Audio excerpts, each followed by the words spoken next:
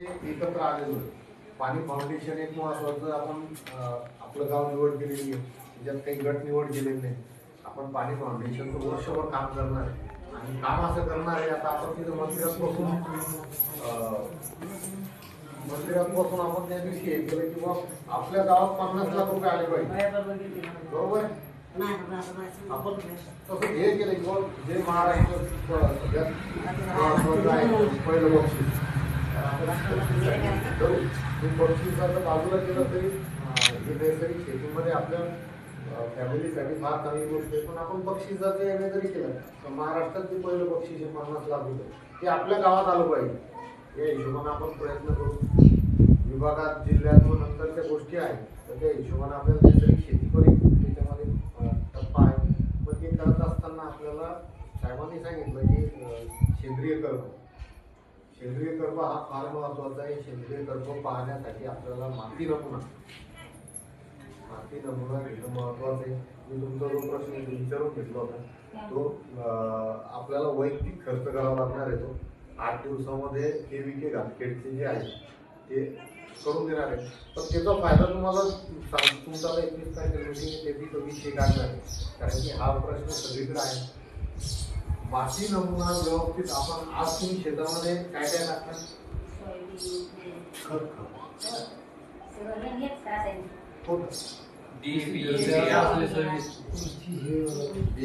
Urea टाकता. तुमच्या शेतीला काय आवश्यक आहे?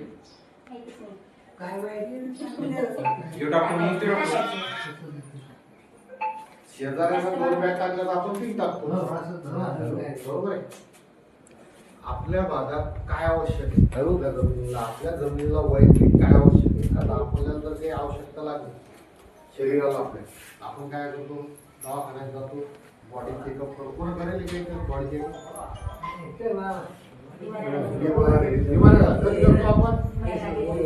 बिमाऱ्या लागल्यानंतर अगोदर करतो का? नाही. तसंच आपल्या शेतीचं आहे.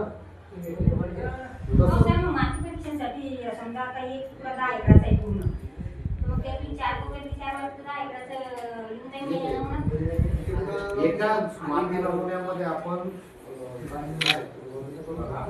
10 हेक्टर पर्यंत हा अंदाजित आहे. BMS डॉक्टर कोणता? BMS doctor. तुम्हाला थोडं आणखी पुढे जायचं तर मग MBBS कडे जावं लागेल. आपण तुम्हाला 2-3 नमुने घेऊ शकतो असं काही पर्टिक्युलर. तुम्हाला आता ब्रेनचा त्रास आहे, कोणाकडे जावं लागेल बाबा? त्याला MD MS जर पळाची टाकायची असली कापूस तरच मग कापसाचा वेगळा. तसं काही नाही. सोयाबीन कापूस वेगळा काही नाही. एकच घ्यायचा.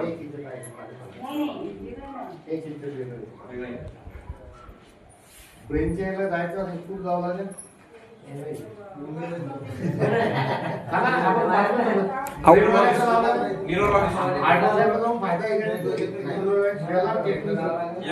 आपल्याला जे माती नमुना करायचा आहे 250 रुपये फार मोठी अमाऊंट नाही.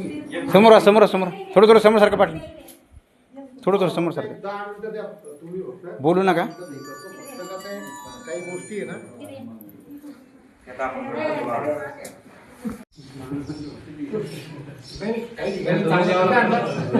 चांगलं आहे. पण आमच्यासाठी काय उदाहरण, आमच्या याच्यामध्ये 50% लोक कामं करत होते चांगले, 50 करत नव्हते. पण जे करत होते ते आपण घोडे कधी एका लाईनीत म्हणतो का नाही, गव्हर्नमेंटमध्ये त्या पद्धतीचं सिस्टम होतं. आता कुठंतरी हे व्यक्ती जे काम करतात त्याचं कुठंतरी त्याला क्रेडिट भेटेल आणि तो आणखी परत काम करण्याला येतो. असो ते आता कसं प्रशासकीय बाब आहे, चालत नाही. जशी होईल आम्हाला ऍक्सेप्ट करणंच आहे. जरा पगार घेणं त्यामुळे ऍक्सेप्ट करणं. पण काही गोष्टी चांगल्या आपल्यासाठी पण होणार आहे की प्रत्येक वेळेस प्रत्येक गोष्टी टाइमवर आपल्याला माहिती होती. बऱ्याच दिवस हे होतं की नाही बाबा माहिती तर भेटू आली चांगली पण आहे पण लेट झाले साहेब.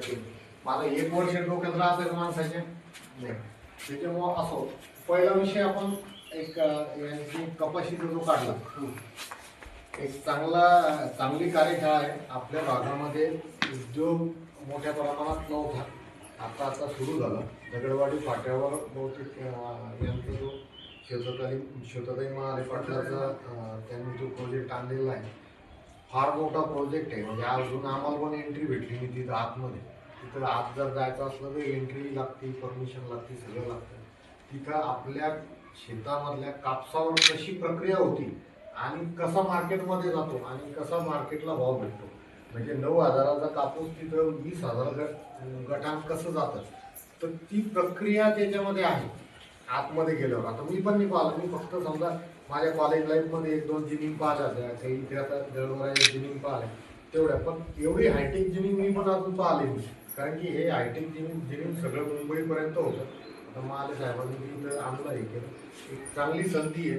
करायचं नाही करायचं तो नंतरचा प्रश्न आहे, पण ॲटलिस्ट आपण तिथे येऊन, मी त्यासाठीच म्हटलं की बुवा आम्ही नेणार नका सांगू. ती एक चांगली योजना आहे. कुठंतरी आपल्याला वाटलं पाहिजे की आपण पाहून आलं पाहिजे आणि पाहिल्यानंतर आपल्याला तिच्यात पण संधी आहे व्यवसाय करायला.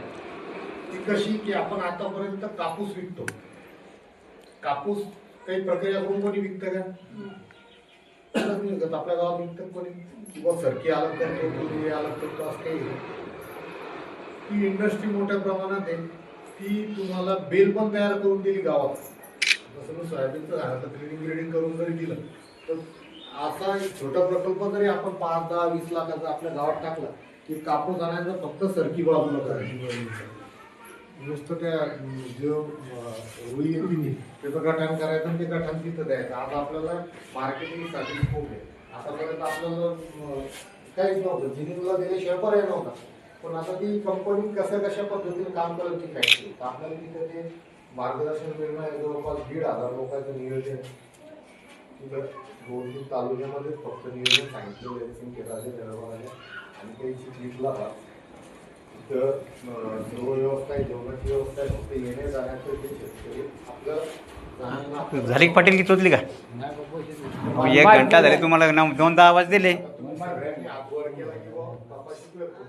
चांगल्या कामात नाही. किमान 10-15 लोक स्वतःहून 200-200 रुपये जरी कलेक्ट केले तर मला असं वाटतं की भाडं जाणून होईल. एक गाडी तुम्ही जर केली तर तिथं याचा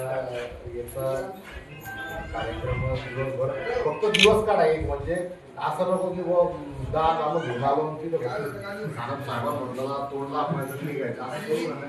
4-5 घंट्यात जो कार्यक्रम तो बसा, तो ऐका. कारण टेक्निकल लोक येणारे महाराष्ट्रामध्ये त्यांनी सगळे टेक्निकल लोक बोलवतात. त्यांना 10 घंट्याचं त्यांनी टाईम होईल. कोणाला 15 मिनिटं, कोणाला विषयानुसार तिथं बसा, ऐका, जेवण करा आणि शांततेत या. म्हणजे त्या दिवशी अकोल्याला तसं करू नका महाराष्ट्र. काय टेम्परेचर हो सर, ते कूलर मधून गरम आवाज आहे सर. हे पळवाट झाली. अकोल्यात 5 वर्षाचं पोरगा असत ते पण त्याच टेम्परेचर मध्ये आपण आता 50 सांगते ना, तर कृपया म्हणतो आता हे वातावरण आपलं एक टेम्परेचर, कृपया असं करू नका. एक दिवस काढा. जर तिच्यातून काही संधी जर आपल्याला मिळाली एक चांगली गोष्ट होईल. राहिलं आपण शेतीचं आता पूर्व नियोजन 5 एकर आहे.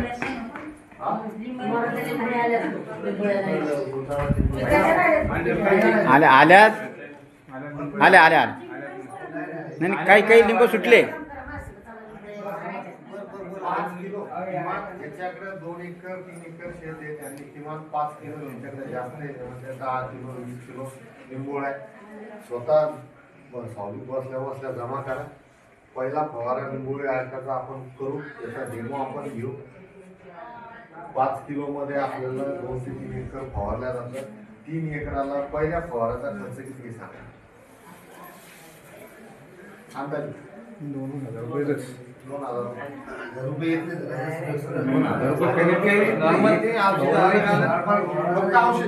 1,000 रुपये. आपल्या गावात जर 500 एकर शेत असताना पहिला फवारा जर ते केला तर 1,000 रुपये किती उरले? 50,000 रुपये आपले. बरोबर. हा पहिला आपल्याला एकही खर्च कमी करणे.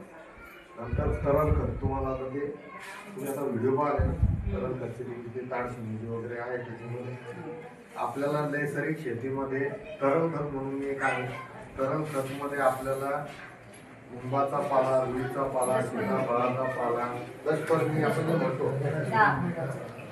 तो पाला तयार करून आता जेव्हा आपण पेरणी करू तिच्यात प्रत्येकाने आम्ही तुम्हाला एक डेमो करून दाखवणार आहे. प्रत्येक औषधीला 2 घंटे लागतील असं पकडू प्रत्येकाला.